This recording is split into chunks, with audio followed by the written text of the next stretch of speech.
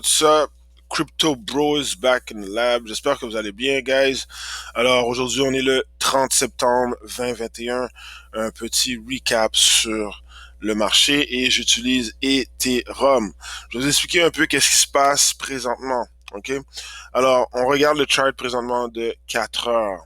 Alors, essentiellement, on a remarqué que les derniers jours, on est dans une zone, on va sideways, ok? Alors, ça, c'est la première chose qu'on doit constater. On a une zone de support qui semble être très strong, très forte, mais ça s'applique également dans la zone de résistance. On peut voir qu'on n'est pas capable de break la résistance. Ok? Alors, ça, c'est les premières choses qu'on constate et à vue d'œil, instantanément, dès qu'on ouvre le chart. Mais maintenant, moi, ce que je vais vous amener à comprendre, c'est les patterns, ok? Les patterns dans lesquels on est présentement. Ce qu'on peut voir ici, si on récapitule par rapport à qu'est-ce qui se passe maintenant, ce qui est arrivé, c'est que on a réussi à break out de la correction d'il y a eu quelques mois grâce à un double bottom. Après ça, il y a eu un rally.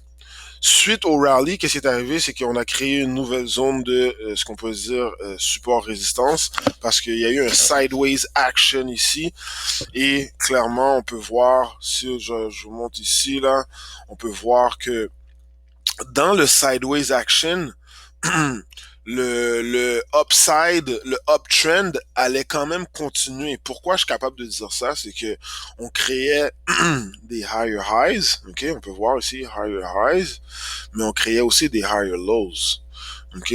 Alors, quand tu es dans un sideways action et tu es quand même capable de créer ce qu'on appelle ici, on voit un rising wedge, ok? Alors, habituellement, un rising wedge, c'est même bearish, mais ici, ça a été bullish, ok? Alors, on voit ici ce qu'on appelle, peut-être on pourra dire un flag, parce que ici, j'aurais pu créer un ascending triangle, asymmetrical triangle, ok? Avec ça ici, boum, après ça, boum. Mais, par après, boum, explosion. On est parti dans un autre rally ici, et on a atteint d'autres niveaux. On a atteint d'autres niveaux, qu'est-ce qu'on voit? Résistance, crash, correction. Mais suite à cette correction-là, qu'est-ce qu'on voit? Lower lows, ok? Alors, on a créé des lower lows. Mais on a créé un, essentiellement. Après ça, ici, on a trouvé un peu de support. Crash, un autre lower low. Qu'est-ce qu'on fait? On a trouvé encore un peu de support. Moi, ce que ça m'indique, ça ici, c'est que le marché au niveau des niveaux de support et des whales, c'est quand même strong parce qu'à chaque fois, on retient le on retient le marché, puis ça c'est grâce au Bitcoin là, en tant que tel là. Les whales rachètent pour empêcher que ça drop plus bas. Puis comment on peut le confirmer, c'est qu'on encore une fois ce que je disais, c'est qu'on crée pas de lower lows. Ça se fait toujours racheter au niveau. Ça veut dire qu'il y a des gens qui ont des buy orders set up à ces niveaux-là. Eux autres sont à l'aise d'acheter à ces prix-là. Exemple. Alors, le TH se fait toujours bought up ici. Euh, Pourquoi je peux dire ça aussi, c'est que on est en train de voir un falling wedge. Ce qu'on voit ici, ça c'est un falling wedge.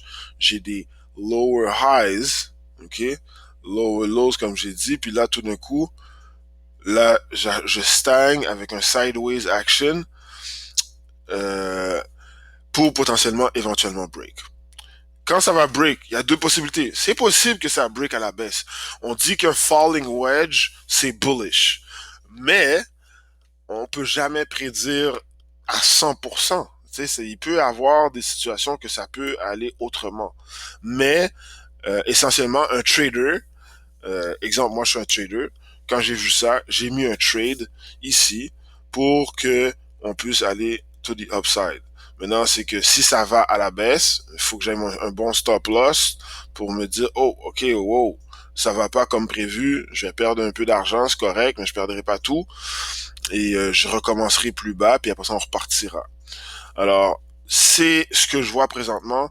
Je vois que, étant donné que on a trouvé une zone de support, mais qu'en même temps, on est dans un falling wedge, j'ai moi, je pourrais dire ça, je crois, euh, que on a encore un upside, on a encore on a encore la possibilité d'aller vers la hausse. Et c'est pour ça que vous allez voir beaucoup de gens le dire également. C'est parce que quand que tu reconnais les patterns d'un chart, mais tu es capable de dire ah ben ok potentiellement on va remonter encore ou on va descendre. Pourquoi? Ben parce que ben on a des patterns qui nous indiquent qu'est-ce qui se passe puis qu'est-ce qui va arriver après. Habituellement, historiquement, dans ces patterns-là, c'est ce qu'on voit. Alors, ici, si on regarde, mettons, mes zones, le pattern à la hausse donnerait quelque chose comme ça. Si on break comme ça, on arrive à une zone de résistance, on teste le support, on reteste, et ça fait quelque chose comme ça, puis après ça, on repart. OK? Alors, c'est quelque chose potentiellement comme ça qu'on pourrait voir si ça serait à la hausse. Alors, c'est pour ça que j'ai mis un order. Mais si ça serait à la baisse, où est-ce qu'on s'en va à la baisse? Mais j'ai ma zone de support ici. Pourquoi j'ai une zone de support? Mais regardez dans le passé, ici. Et je dois me fier à ça. En tant que trader, il faut que je m'assure que mes zones soient bien faites. Il faut que je m'assure de mes résistances, mes trends et tout ça. OK? Pour être sûr que, OK, mais si je me positionne, est-ce que je vais avoir raison? Et puis, si je reviens, on parlait de falling wedge, rising wedge. Ici, là, on voit le rally. Et regardez, il y avait un falling wedge ici. Et pour ça, ça a break out. Puis, on est redescendu. Mais on est redescendu où? Au même niveau ici que ici. Alors, moi, ça me dit que peut-être je suis un petit peu plus bas, là. Je peux le mettre ici. Ça arrive que ça bouge des fois en faisant des charts, là. Mais ici et ici, quand j'ai vu ça, j'ai dit, ah, ok, potentiellement, étant donné que ça a été une résistance, ça a été du support, mais si il y a un dip, mais il faut ça, moi je crois qu'il faudrait s'attendre à voir l'ETH à descendre jusqu'à 2500. Mais euh, je m'attends à ce qu'il continue à suivre le trend. Oh. Alors je veux qu'il vienne dans mon trend. Oui, ma zone de support se retrouverait là, jusqu'au bout ici. Mais j'ai quand même un trend et un falling wedge. Pourquoi? Parce que si, ce qu'il faut comprendre, je dis que c'est possible que ça drop, mais ça drop pour remonter. Parce que on est dans un falling wedge. Alors, je mets un trade maintenant parce que je veux que ça monte maintenant, mais c'est possible que avant de monter, il y a encore un autre retest to the downside et après ça remonter. Puis c'est comme ça que les traders ils pensent. C'est comme ça que vous devez penser. Si vous voulez acheter, vous devez envisager ok, mais c'est où j'achète moi? Moi, je veux m'assurer que quand je vais acheter, mais par la suite, je serai en profit. Mais c'est comme ça que je le fais, c'est comme ça que je fais mon analyse par rapport à ce que je recherche. Alors, c'était l'analyse pour l'ETH rapidement. Qu'est-ce que je vois, qu'est-ce que je m'attends, le pattern qui m'indique que il y a encore du upside, guys. Il y a encore du upside. C'est pas parce que on est dans un sideways action, on perd dans nos gains.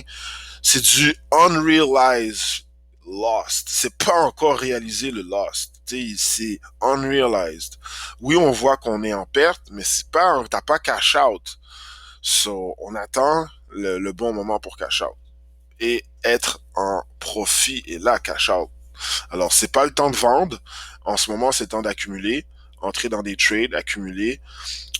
Si vous voyez que ça drop, c'est pas grave, paniquez pas, vous n'êtes pas des traders, vous achetez, faites juste à garder un peu d'argent.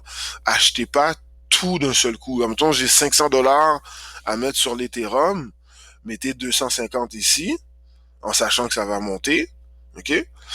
Comme ça, si ça monte vraiment, tu dis, ok, mon 250, j'ai bien profité. Maintenant, je sais que Crypto Bro, il a dit, ah, il va y avoir un retracement éventuellement. J'achète pas tout de suite, j'attends que ça redescend. Puis quand ça redescend, mais l'autre 250 dollars, je l'achète ici. Pourquoi? Parce que ça va remonter encore. À l'inverse, ça applique la même chose. J'achète ici 250 dollars.